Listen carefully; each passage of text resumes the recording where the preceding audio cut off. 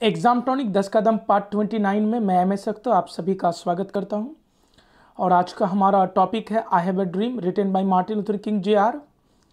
I have a dream मेरा एक सपना है, ये स्पीच एक स्पीच है और इस स्पीच को मार्टिन लूथर किंग Jr ने दिया है। जैसा कि आप लोग जानते हैं, हम लोग प्रत्येक वीडियोस में 10 पावरफुल ऑब्जेक्टिव्स लेते हैं, तो इस वीडियो में भी हमारा 10 पावरफुल ऑब्जेक्टिव्स है I have a dream chapter से।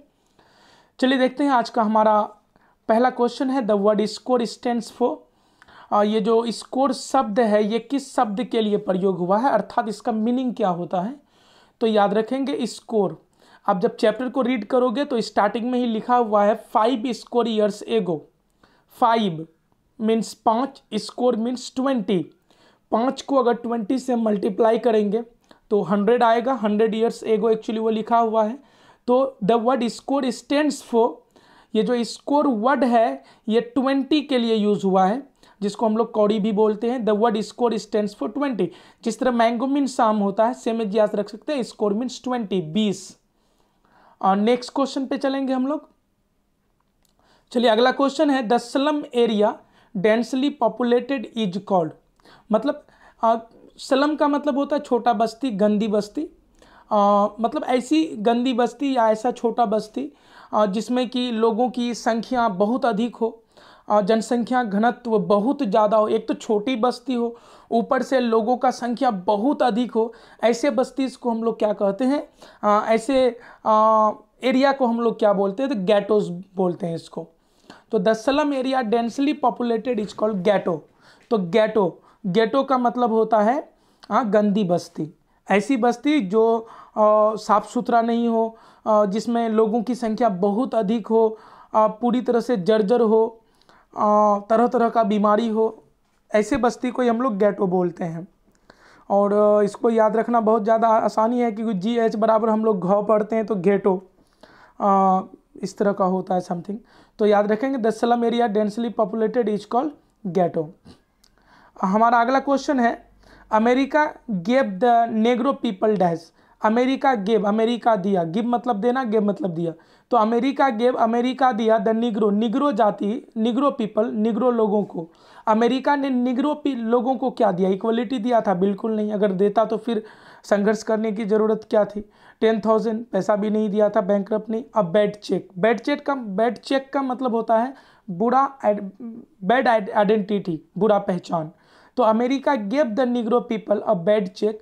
अमेरिका ने निग्रो जाति को, अमेरिका के काले लोगों को एक बुरा पहचान दिया था।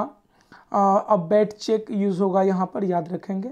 चले चलते हैं नेक्स्ट क्वेश्चन की ओर। हमारा अगला क्वेश्चन है अकॉर्डिंग टू JR, मतलब मार्टिन लूथर किंग JR के अनुसार, टू ओवरलुक द निग्रो जाति को ओवरलुक करना, नज़रअंदाज करना, अनदेखा करना, वुड बी होगा, क्या होगा, फैटल, घातक। क्यों? देखिए, कोई भी देश का निर्माण वहाँ के एक एक लोगों से होता है। एक व्यक्ति का तरक्की देश का तरक्की होता है।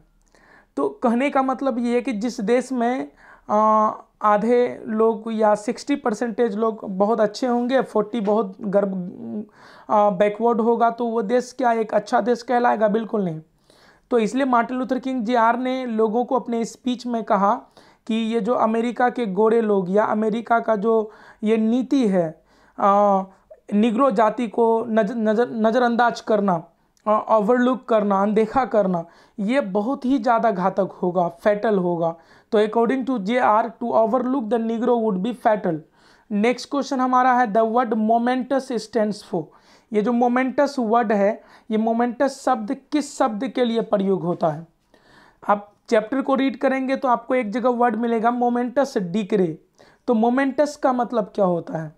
तो याद रहे, मोमेंटस का मतलब होता है वेरी इंपॉर्टेंट, बहुत महत्वपूर्ण। The word momentous stands for very important. चले चलते हैं नेक्स्ट क्वेश्चन की ओर। हमारा अगला क्वेश्चन है the condition of Negroes was dash. The condition of Negroes लोगों का, काले लोगों का जो स्थिति था वो कैसा था? तो याद रहे, बहुत ही ज़्यादा जर्जर था, दयनीय था, बहुत ही ज़्यादा जर्जर था, अपेलिंग हो जाएगा। The condition of Negro was appalling. अगला क्वेश्चन है the bank of justice is dash. The bank of justice मतलब अमेरिका में जो न्याय पालिका था, अमेरिका का जो न्याय था, अमेरिका का जो कानून था, यूँ मानो जैसे वो पूरी तरह से अपाहिज हो गया था, वो देख ही नहीं पा रहा था, उसमें इंसानियत नहीं रह गई थी। यूँ मानो जैसे अमेरिका का जो न्याय का जो बैंक है वो पूरी तरह से एक तो दिवालिया हो गया हो, उसमें कुछ है ही नहीं, अब बचा ही नहीं हो। इसलिए राइटर ने लिखा the bank of justice is bankrupt. America में बैंक ऑफ जस्टिस जो था वो बैंकरप्ट हो गया था, दिवालिया हो गया था। दिवालिया होना मतलब ये होता है सड़क पर आ जाना या एकाएक लूट जाना, बर्बाद हो जाना। तो कहने का मतलब ये है कि अमेरिका में जो कानून था वो कानून को ऐसे काले लोगों का दर्द नहीं दिखाई दे रहा था। उसके लिए 100 साल पहले इब्राहिम लिंकन ने कानून तो बना दिया था कि मतलब समानता का अधिकार केवल कागज तक में दे दिया था, लेकिन धीरे धीरे अमेरिका वाले उस चीज़ को भूल गया और जो काले लोग थे उन लोगों को तरह तरह का परेशानी देने लगा।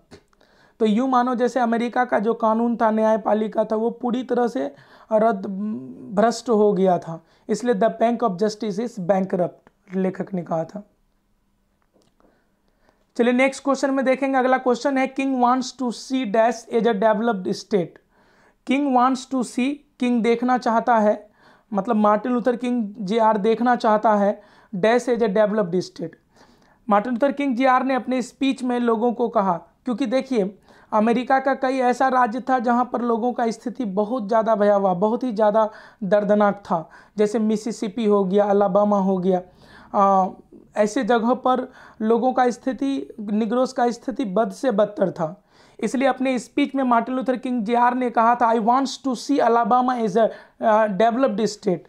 अलाबामा जो कि बहुत ही ज़्यादा बैकवर्ड डिस्ट्रिक्ट ये स्टेट है, मैं इसे किसी भी कीमत में विकासशील, विकसित देखना चाहता हूँ। तो King wants to see Alabama as a developed state. चलिए नेक्स्ट क्वेश्चन में चलते हैं। Dash are states of America. इनमें से कौन कौन अमेरिका का स्टेट है, राज्य। जैसे भारत की बात करोगे तो भारत की अगर बात करेंगे तो बिहार एक राज्य है ना, राजस्थान एक राज्य है। तो कहने का मतलब ये है कि इनमें से कौन कौन अमेरिका के राज्य का नाम है। तो dash are the states of America, याद रखेंगे। मिसिसिपी भी अमेरिका का स्टेट का नाम है, अलाबामा भी, जॉर्जिया भी, ऑल हो जाएगा।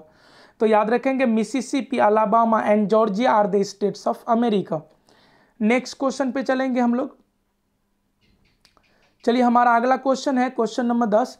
The life of the dash is still sadly crippled by the manacles of segregation and chains of discrimination. देखिए ये क्वेश्चन का कनेक्शन कहाँ से है। एक्चुअली 100 साल पहले मार्टिन लूथर किंग JR कहते हैं 5 स्कोर ईयर्स एगो, मतलब 100 साल पहले अब्राहम लिंकन ने मुक्ति घोषणा पत्र पर हस्ताक्षर करके अमेरिका के काले लोगों को समानता का अधिकार दे दिया था, लेकिन वो कागज तक ही रह गया। अमेरिका वाले इस चीज को पूरी तरह से भूल गए। तो यहाँ पर मार्टिन लूथर किंग JR कहते हैं कि कहने का सिर्फ मतलब निग्रो जाति को समानता का अधिकार मिल गया, उसे आज़ादी मिल गई, लेकिन अब भी वो गुलामी की जंजीरों में जकड़ा हुआ है। अभी भी जो है उसके साथ बहुत ही ज़्यादा भेदभाव किया जाता है। तो याद रहे the life of the dash is still sadly crippled by the manacles of segregation and chain of discrimination. तो निग्रो जाति का, मार्टिन लूथर किंग कहते हैं कि the life of the Negroes जाति का जिंदगी स्टिल अब भी सैडली, बहुत ही दुखद तरीके से क्रिपल्ड, जकड़ा हुआ है बाय द मैनाकल्स, जंजीरों से, ऑफ सीग्रेगेशन का मतलब होता है उत्पीड़न या बोल सकते हैं तकलीफ, एंड चैन ऑफ डिस्क्रिमिनेशन और भेदभाव से। तो मार्टिन लूथर किंग JR कहते हैं कि निग्रो जाति का जिंदगी अब भी भेदभाव के जंजीरों में या अब भी वो झुलस रहा है, उसके साथ अन्याय हो रहा है। तो यहाँ पर मार्टिन लूथर किंग JR ने निग्रो जाति के बारे में बात किया है। And thanks for watching my videos. मिलेंगे हम लोग नेक्स्ट वीडियो में। और देखिए वीडियोस देखते समय अगर आपको कुछ समझ में नहीं आए, कुछ क्वेश्चन हो सकता है कि आपको समझ में नहीं आए, तो आप मुझे व्हाट्सएप कर सकते हो या पर्सनली आप कॉल करके मुझसे बात कर सकते हो, मैं सॉल्व कर दूंगा।